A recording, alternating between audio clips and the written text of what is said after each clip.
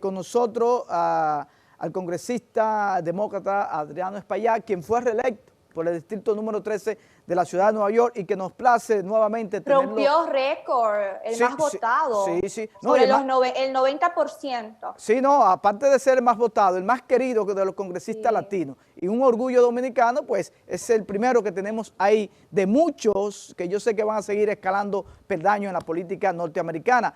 Así que le damos la bienvenida. Buenos días, don Adriano. Gracias por permitirnos una vez más entrar en contacto con usted.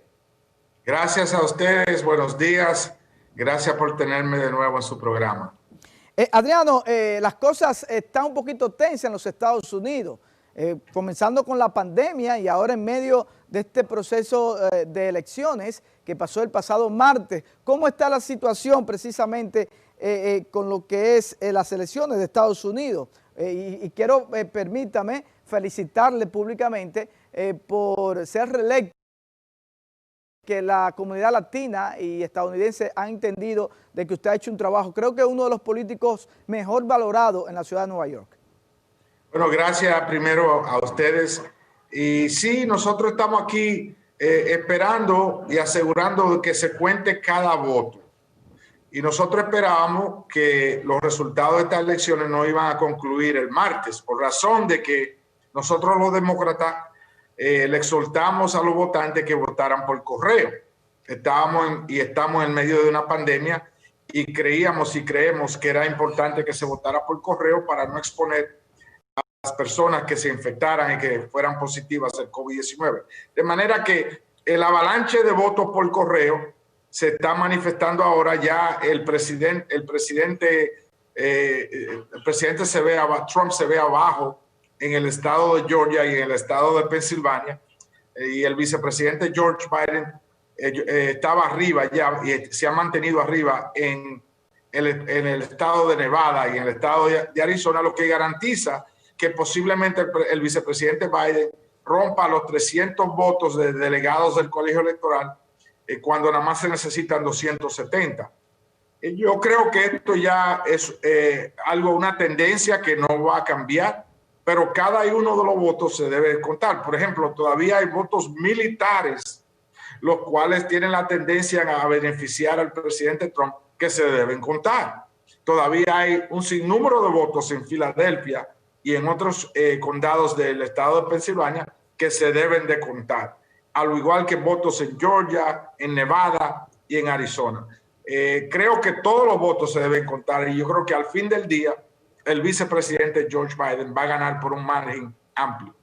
Congresista, usted habló previo a las elecciones sobre que se estaba exagerando con el tema de que los empresarios, principalmente, por ejemplo, por citarlo, la Quinta Avenida, en el mismo Bronx, lo que es Fora, muchos empresarios comenzaron a colocar protección a los cristales de sus tiendas, con temor a que hubiera algún tipo de manifestaciones como se han estado dando últimamente y que les rompan sus vitrinas y también sean víctimas del saqueo de muchas personas que quizás no estén de acuerdo con los resultados de las elecciones. ¿Por qué usted dijo eso? Y si en Nueva York principalmente, ¿cómo han estado los ánimos, tanto de los demócratas como de los republicanos? Bueno, sí, esos fueron mis comentarios y realmente yo lo creo así. Ese aparataje de las tiendas de tomar esta medida, lo que creó fue una percepción como que venían por ahí motines, algo que no se materializó. Al contrario, la única dificultades que se han dado en el país fue en la ciudad de Detroit, donde un sinnúmero de seguidores de Donald Trump trataron abruptamente y agresivamente de entrar donde se estaba dando el conteo de los votos, alegando de que no habían ahí representación republicana, cuando en cada uno de los centros de votación donde se están dando el conteo hay delegados tanto republicanos observando como demócratas también. Incluso el estado de Georgia, el gobernador y todo el engranaje del proceso electoral es republicano. O sea, en el mismo estado de Pensilvania, el secretario de Estado de ese estado, quien es que certifica los resultados de las elecciones, es también republicano. Aquí hay un balance muy saludable y muy transparente, cuando se habla de los conteos de votos, donde siempre los procesos electorales garantizan un observador republicano también como un observador demócrata. Congresista, ¿sí? Una de las jugadas estratégicas de Donald Trump apenas días antes de las elecciones fue el hecho de nombrar a la jueza en la Suprema Corte de Justicia. En ese sentido, si se determina que las elecciones van a estar definidas en dicho órgano, ¿existe alguna posibilidad de que esa ventaja que tiene Joe Biden actualmente pueda retroceder?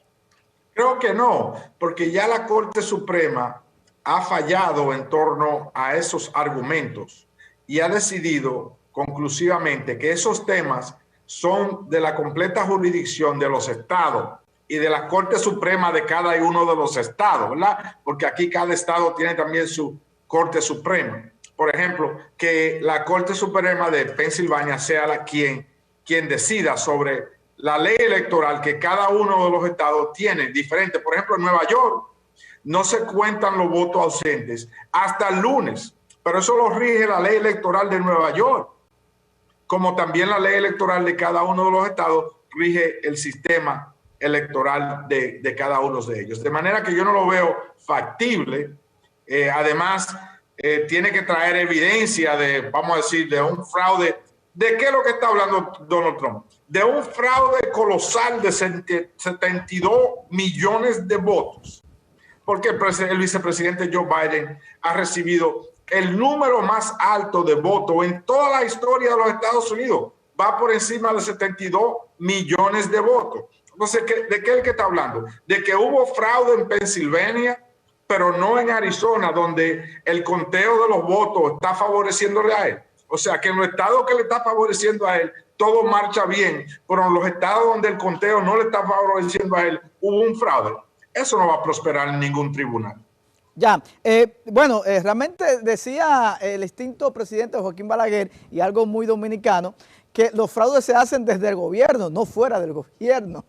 Creo que ahí Donald Trump debería de analizar. Mire, quiero aprovechar la entrevista, congresista Espaillá, para preguntarle sobre el tema de las dominicanas que estaban detenidas en ICE y el tema de la esterilización de estos procedimientos médicos, que también usted hizo el comentario, estuvimos viendo en la prensa. Bueno, yo vi algunas entrevistas a las que usted le concedió a nuestra colega y amiga María Cela Álvarez, sobre de que el médico o el cirujano que estaba haciendo esto, o la clínica que representa, lo estaba tomando como de negocio, porque cada vez que tenía que ir a un centro de esto a practicar algún procedimiento médico, pues obviamente hay un dinero de por medio. ¿Cómo está la situación y si ya todas las dominicanas fueron repatriadas a la República Dominicana?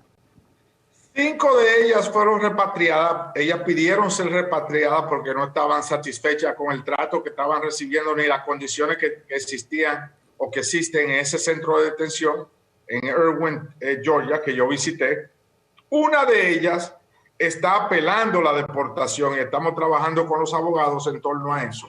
Pero hay otras mujeres, incluyendo una que iba a ser deportada ayer y se paró la deportación por razón de que esta mujeres son testigos de lo que nosotros creemos que fue una violación a la ley por parte tanto de la administración del centro de detención, que es una compañía privada del nombre de La Salle, quien administra el centro de detención, como el doctor Amin, quien es contratado por esa compañía para brindarle servicios médicos a estas mujeres. Y nosotros creemos de que estas mujeres son testigos de un proceso que se va a abrir en el Congreso de los Estados Unidos de audiencia pública y una investigación federal en torno a qué sucedió ahí en ese centro de detención y si este patrón de comportamiento existe también en otros centros de detención. De manera que las mujeres que ya fueron repatriadas a la República Dominicana todavía siguen siendo testigos y nosotros esperamos comunicarnos con ellas para que dé y brinde su propio testimonio. Bueno, específicamente es el centro de detención de migración que está en Georgia, me parece, pero ¿realmente se comprobó o a alguna de las dominicanas se le practicó este procedimiento en contra de su voluntad o solamente fueron otras mujeres detenidas en este centro de ICE? hubieron 50 y pico de mujeres que recibieron algún tipo de tratamiento brusco o sin el consentimiento o conocido lo que se trata. Por ejemplo, si a una mujer no se le explica en su idioma con exactitud cuál va a ser el tratamiento y por qué razón va a recibir ese tratamiento, entonces no puede dar un consentimiento legal a ese tratamiento. Hubieron más de 50 mujeres, incluyendo algunas de las dominicanas, que caen dentro de ese grupo de mujeres. 2 de ellas fueron sujetas a operaciones, no las dominicanas, pero las otras, fueron sujetas a operaciones que terminaron en la esterilización de ellas. Y hubieron otras que recibieron también otro tipo de tratamiento muy brusco y muy agresivo, incluyendo una de las dominicanas que me dijo a mí personalmente que fue tratada como un animal. Bueno, vamos a esperar darle seguimiento a este tema. Cambiando un poco y siguiendo en la parte de salud, me preocupa, aquí hemos estado diciendo, la situación del COVID a nivel mundial. En Europa hay una situación que comenzaron a tomar medidas drásticas nuevamente. Usted ha sido lo que abogó, bueno, en la entrevista que le hicimos en medio de la pandemia, sobre el tema de la ayuda a los pequeños comerciantes y la reapertura paulatina. Pero hay una situación, se rompió récord reciente en esta semana de 108,000 infectados en un día en los Estados Unidos. ¿Cómo está la situación del COVID en el estado de Nueva York? En el estado de Nueva York está estable, está por debajo de 2% de contagio, aunque hemos visto un brote aquí y allá en algunos vecindarios y nos preocupa eso. Lo que sí yo puedo decir es que la economía no va a poder reabrir en toda su magnitud hasta que no sofoquemos el virus y hasta que no exista una vacuna para el virus. El presidente Trump minimizó esta pandemia. El presidente Trump rehusó él personalmente usar la mascarilla hasta que fue afectado personalmente. Yo creo que eso fue parte de este proceso electoral. El pueblo norteamericano, donde haya casi 250,000 de muertos y millones de personas infectadas, y la pandemia sigue galopeando al nivel que en estas semanas, días antes de las elecciones, se dieron los números más altos de contagio desde que comenzó la pandemia. Yo creo que el pueblo norteamericano castigó al presidente Trump por su mal manejo de la pandemia. Y creo que todavía estamos muy en el medio de esta situación. Por ejemplo, la ciudad de Newark, que es una ciudad vecina en el estado de New Jersey, ha cerrado. La ciudad de Chicago, Illinois, hace una semana, 2 semanas atrás, que también cerró por los altos números y el brote nuevo de la pandemia. Y nosotros todavía no estamos totalmente fuera de esa posibilidad en la ciudad de Nueva York. Incluso estamos tomando todas las medidas necesarias para asegurar que no haya otro brote dramático del virus. Con referencia a la ayuda de los negocios, yo creo que sí que es prudente que ellos reciban otra ronda de ayuda, aunque de nuevo la economía no va a poder reabrir hasta que no sofoquemos el virus, hasta que no haya realmente una vacuna, y eso requiere una especie de medidas muy específicas. Bueno, en esa misma línea, teniendo la salvedad de que una cosa es lo que uno quiera y lo que realmente se puede hacer según las circunstancias, porque el comportamiento ciudadano no ha sido el más idóneo. En una posible administración de Joe Biden, ¿existirían posibilidades de cerrar el país, los aeropuertos, fronteras, como se hizo a inicio de esta pandemia?